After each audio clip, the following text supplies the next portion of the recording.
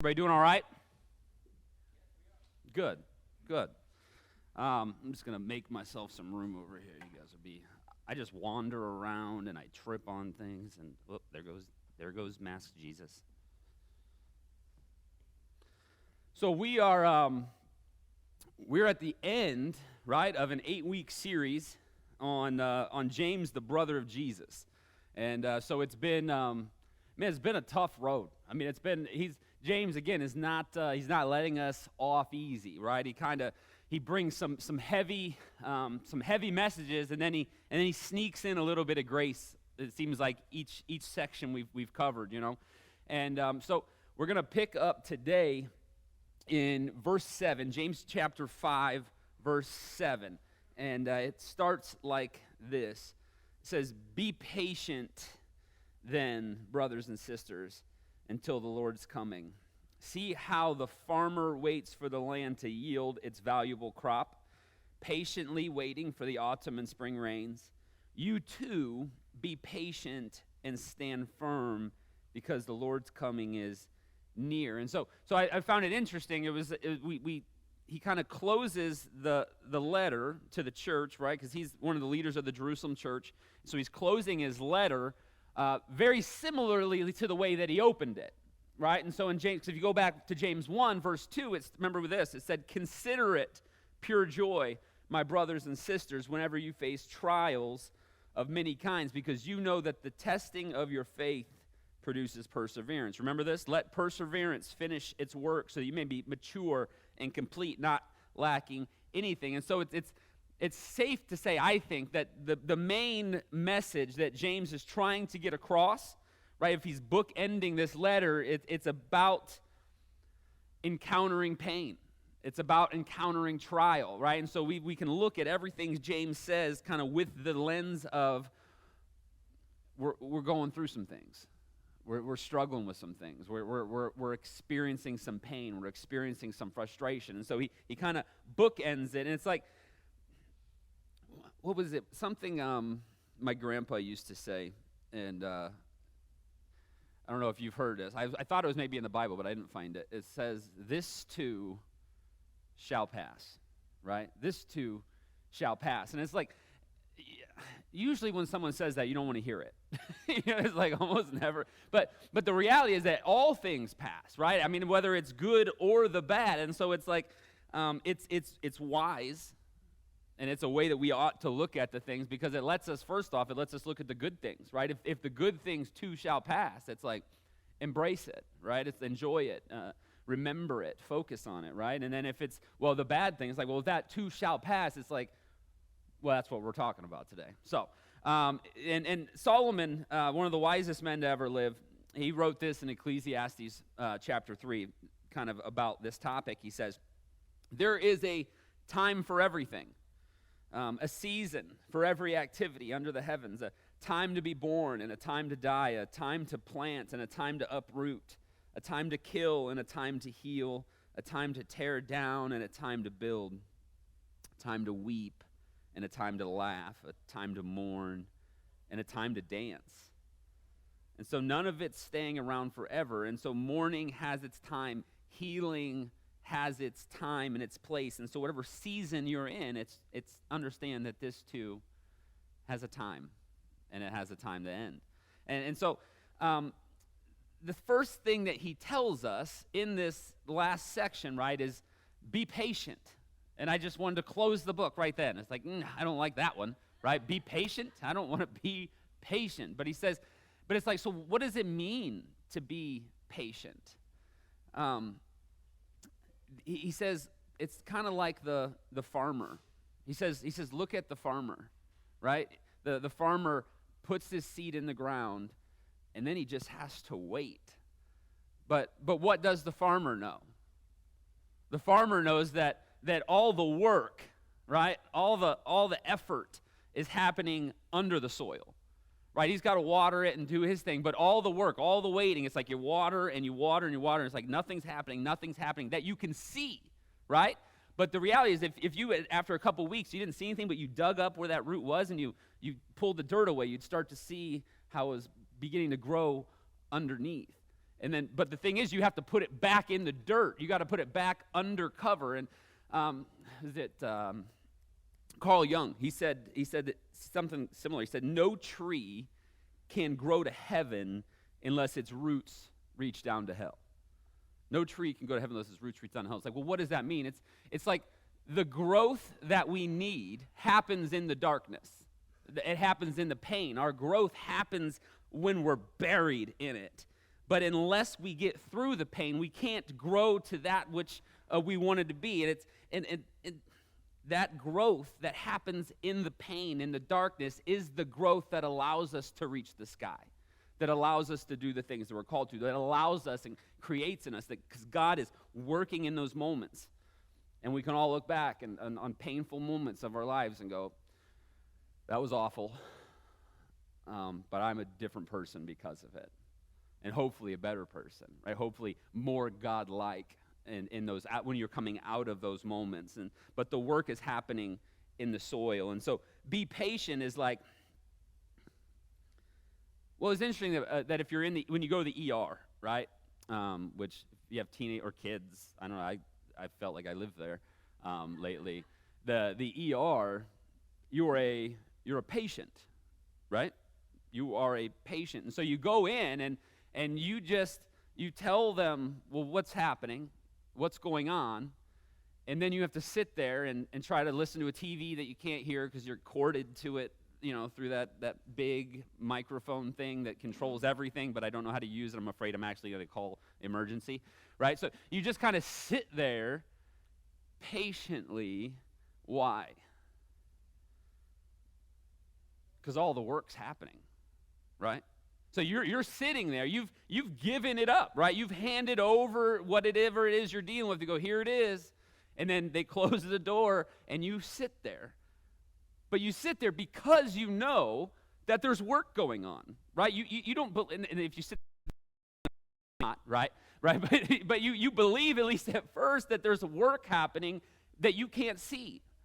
And so that's and the thing that's important with that is that the reason you can wait patiently hopefully you can, is because you trust those that are doing the work, right? That's why you went there, to hand it over, because you trust them. And so our patience, in order to have patience, you must trust the entity in which you've put your hope and your pain, right? That's the whole ideal of it. So when you're going, I'm impatient and I want now, what you're saying is, one, either I don't trust that which I put my hope, or two, I don't believe anything's going to happen. I don't believe anything's working. I don't trust. And so patience, we rest in the hope of that which we've put our trust in. And we believe that there's work happening. We believe that something is going on. And you can look back in your life in times that you needed to be patient and know, right? You could, because everything works well when you look back on it. When you makes sense when you look back on it. But man, sitting in the waiting room, and some of us are sitting in a waiting room and going, I don't know, but I trust and I have hope. And so James continues, and in verse 9 he says, and I think this is important. It's interesting how it connects. Is don't grumble against one another, brothers and sisters, or you will be judged. The judge is standing at the door, and it's like, how tempting is it when we're going through something painful, when we're going through something difficult, when life's not working out the way that we think it ought? How easy is it to take it out on our loved ones? Like, how often do we take out our frustrations of the workday on the people that we love most? Someone we barely know has maybe tried to ruin your day, and then you decide to take it out on someone that you love and know, right? It's like, you don't grumble. And it's like, I know children do this, right? Children are very good at just taking out their frustration on whatever's in front of them, right? But I try to tell my kids as they're growing up, it's like, being mature means that your emotions don't affect the way that you respect people in your life, that you have them in check, that your feelings are valid, right? Your emotions are valid, they're real, they exist, but you cannot allow them to affect the way that you treat people in life, right? So he's saying, don't grumble. And in verse 10 it says, brothers and sisters, As an example of patience in the face of suffering, take the prophets who spoke in the name of the Lord.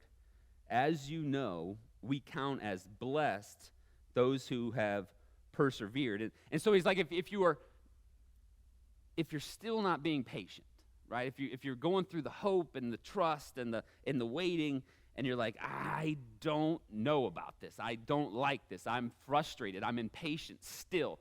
Then they're going, James is going, okay, how about you think about the people in this book, right?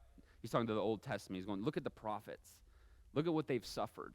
Look at the long suffering. Look at what they've waited out, right? He says, go to an example. Like, and then we do that all the time, right? It's like, I need as an example of someone, because we always feel better when someone's gone through something that we've gone through, right? It's like we find someone, we're going to latch onto them and go, and this happens especially when you're open about your struggles and your survivals in life.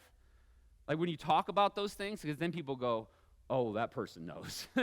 Oh, that person knows. I gotta go over there. And so he's saying you got to look to the prophets, look to people that have gone through some things. And then he says, you have heard of Job's perseverance and have seen what the Lord finally brought about. The Lord is full of compassion and mercy. And it's like, James, you could have brought up anybody. I mean, there's a list. There's of Old Testament prophets, of people that have gone through some things. And he brings up Job. And it's like everyone brings up Job, right? He's like, he had it so bad.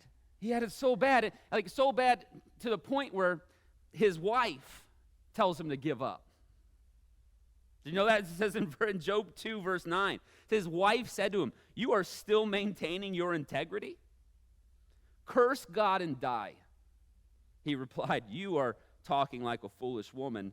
Shall we accept good from God and not trouble? And so apart from the crucifixion, I mean, this is maybe the greatest story of good getting the worst tragedy, right? It's kind of that broad spectrum of someone so well, he's called righteous, and then loses everything. And then Job does something, and we're gonna dive into Job a little bit more in the coming months when we do our Sunday school story series, which I think is going to be fun. We'll get into Job more, but I just wanted to see, like, why did James reference him? Like, why did James, of all the prophets, why is he picking Job? And Job goes on a rant in chapter 31 that resonated with me. I don't know if it's going to resonate with you, but it resonated with me at a time in my life when I was seeing things kind of crumble. But Job 31, Job says this, I made a covenant with my eyes not to look lustfully at a young woman. If I've walked with falsehood or my foot has hurried after deceit, let God weigh me in honest scales, and he will know that I am blameless. If my steps have turned from the path, if my heart has been led by my eyes, or if my hands have been defiled, then may others eat what I have sown, and may my crops be uprooted. If I have denied justice to any of my servants, whether male or female, when they have had a grievance against me, if I have denied the desires of the poor, or let the eyes of the widow grow weary, if I have kept my bread to myself, not sharing with the fatherless. And so Job's going, listen, I don't deserve this, God. I was your guy, right? I was doing the things that you wanted me to do. I got lists. I didn't even read the whole list. He's like, I got lists and lists of the reasons that the bad things shouldn't happen to me. And I just wonder, I've been there. Have you been there? Where it's like, God, why? I could think of all kinds of other things, ways to do this, but why am I experiencing this? When I've poured out my life, why do you still allow trouble to sit at my doorstep? And then at the end of the story, I give it away. Job gets a bunch of stuff back, more than he ever had, right? He gets riches beyond riches, more children. And it's like, I don't think Job would have traded his old family, his lives, for the blessings that he had on the backside. But that's not life, right? Sometimes we are going to have loss, and there's nothing you can do about it. But on the backside, you can still be grateful. You can still be grateful for what God has used, the pain and suffering, because he could have just left you in it. He could have, and that's a suffering. That's a hell, to be in those places of loss and darkness, to be buried under the ground, waiting and waiting and waiting. It's not easy. Like, I don't want you to believe that I'm standing here saying that's easy. But what other option do you have? And so we wait, and that's life, and God does great things with it sometimes. And here's the other thing. God is, that you learn from this passage of Job, it's that God is big enough.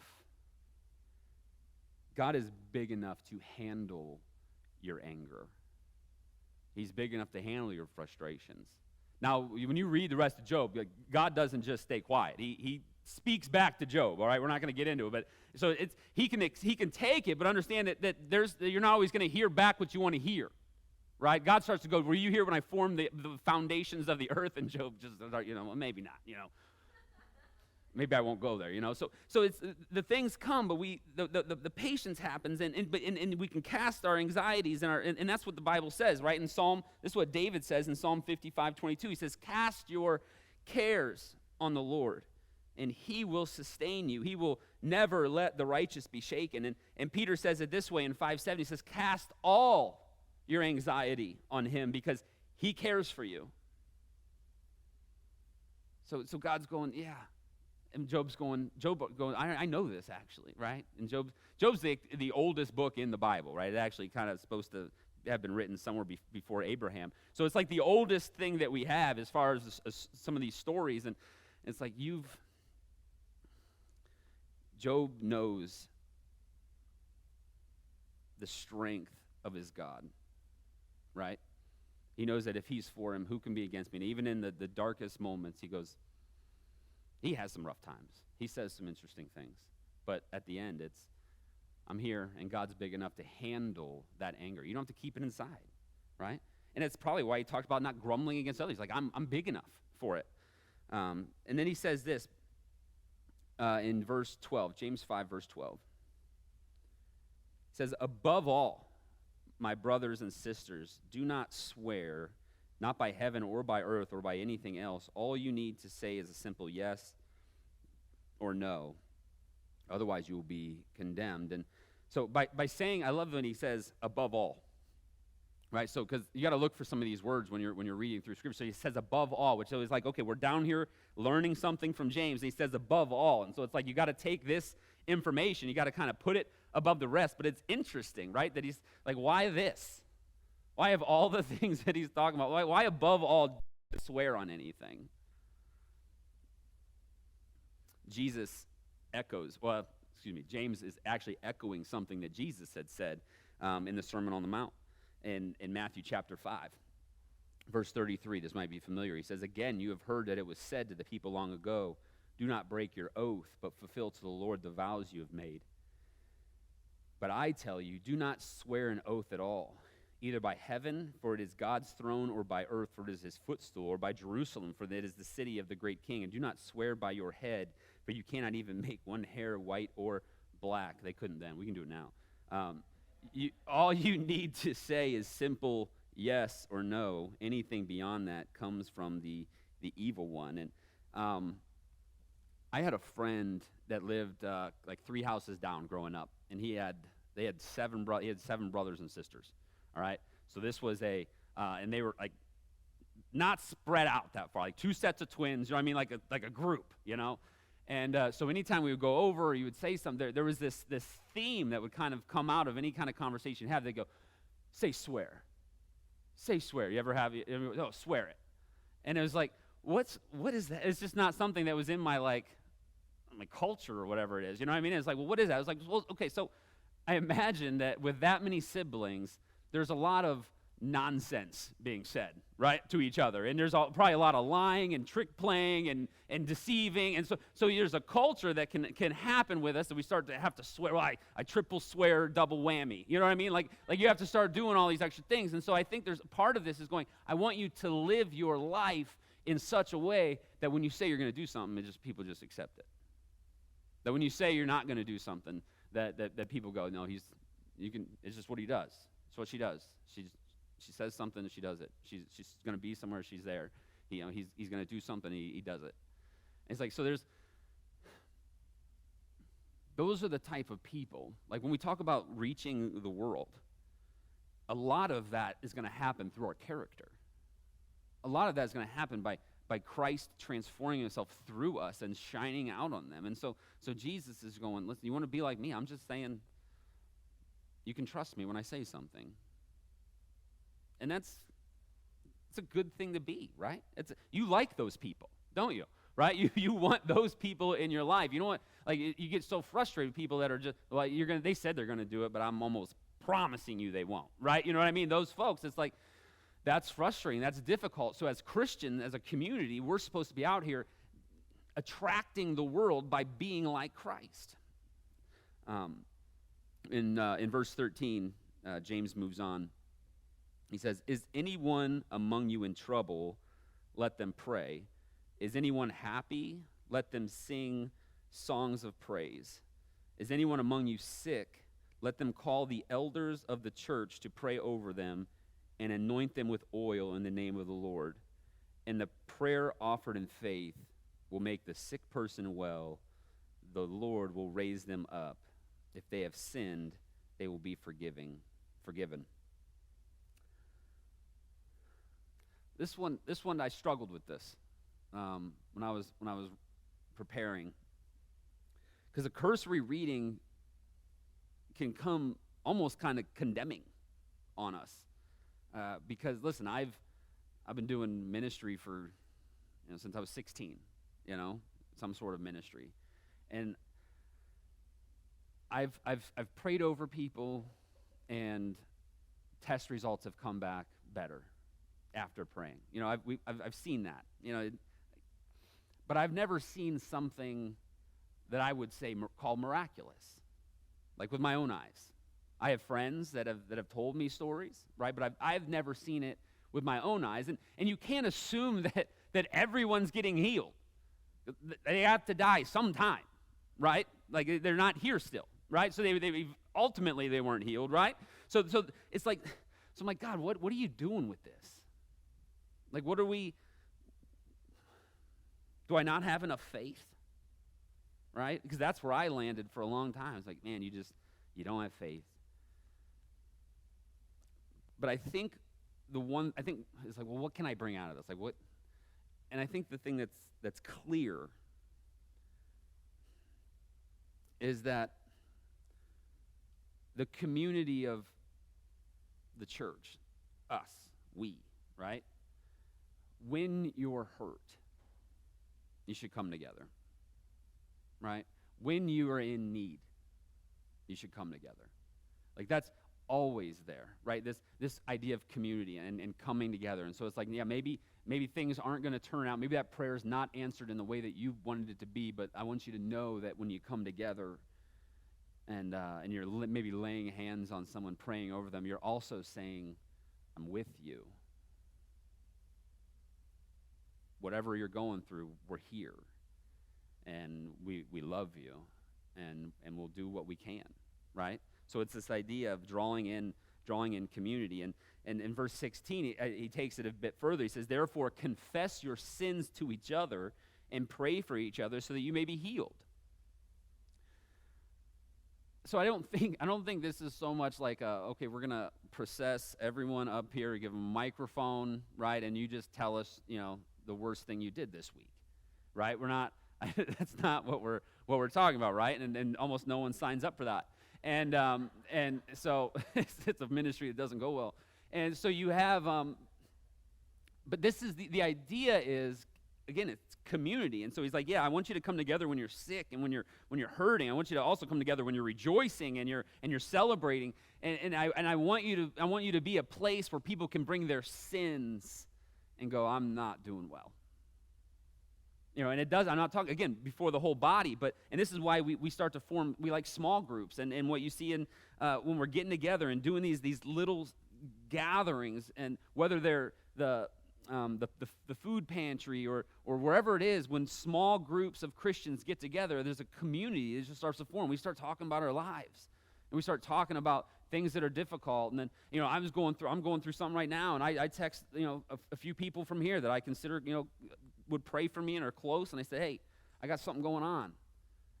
But it's because I've already created community, right, with those folks, right? And so you've got to join some of these small groups. And I'm not just talking about the Bible study, just get engaged with some of the same people on a regular basis. And that way, when you are struggling, you know that you're not just putting it out there for someone to share with somebody and talk about and blow you up and talk bad about you, but you know that these are people that care and not talk about you. And so that's the importance here, is that when we confess our sins, we go, man, I'm missing the mark. It frees up others to go, you're not missing the mark, or you're missing it, I'm missing it. I'm not doing everything I should be doing. I want to be better. And so that accountability happens within those groups. And so I just want to urge you, there's not a lot of groups through the summer, so timing's not great. But as we develop some of these things that we're going in the community and serving and working, like those are great ways to connect with people for that, right? So it says, the next portion, it says, the prayer of a righteous person is powerful and effective. Elijah was a human being, even as we are. He prayed earnestly that it would not rain, and it did not rain on the land for 3.5 years.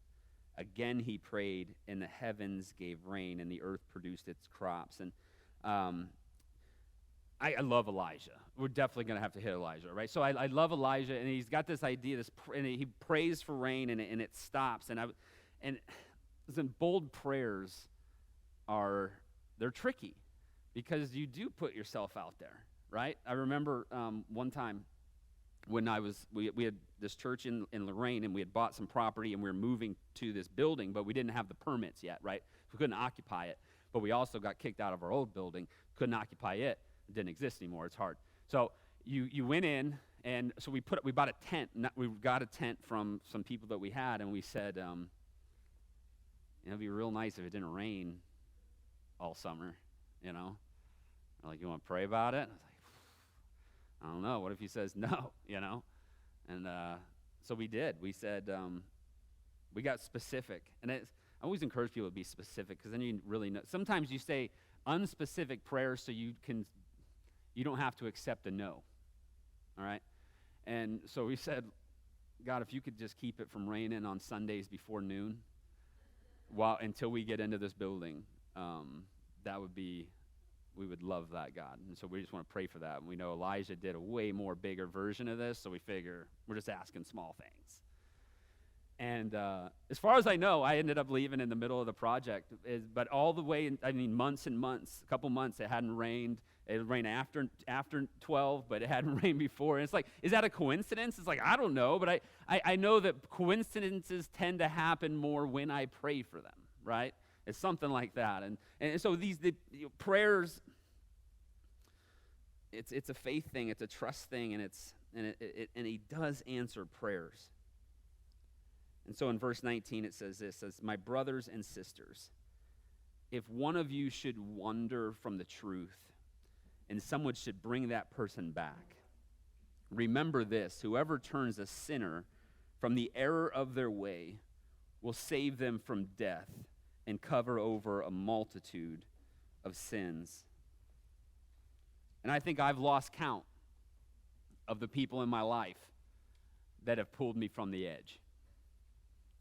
From the time I was a teenager, through my 30s, there's so many people that when I was struggling, when I was barely hanging on, that they were right there to grab me. But the reason they were there is because of community, right? These were people that I knew and I knew loved me, and I would go to them like, no, you're screwing up. You're screwing up, and you got to come back. And I didn't always listen, but I knew that those people were there, right? I knew that we have that, and so we're also called to that. And it's tough because we're always, well, don't judge. It's like, okay, that's fine. But you know when someone's screwing up, and they know too. And if you can do it in a loving way, to go, hey, I see this path you're down, and I love you, and you know I love you, and I don't want to see this for you. And I'm here for you. Whatever you decide, I'm here for you. But man, if I was you, I wouldn't do this. You know, that's the kind of accountability that happens when you're close, when you're connected to people of faith, and you're really close to them, and you're friends, and you love each other. So let me just leave you with Romans 12, verse 9. It says this: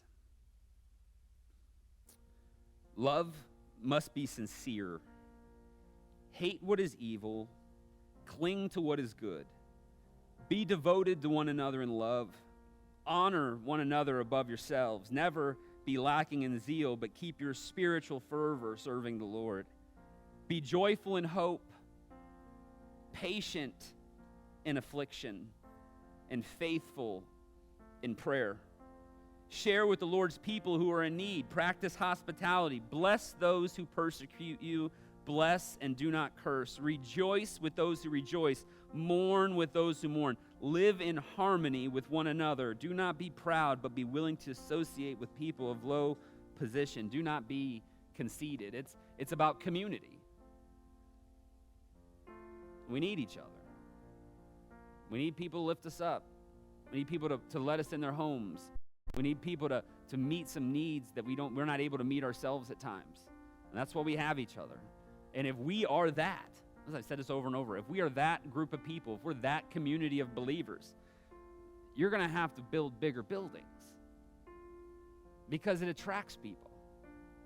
And so that's my prayer for us. It's my prayer for us every week when I think about this group is we want to be just dedicated to being like Jesus as much as we can. Thank you, church.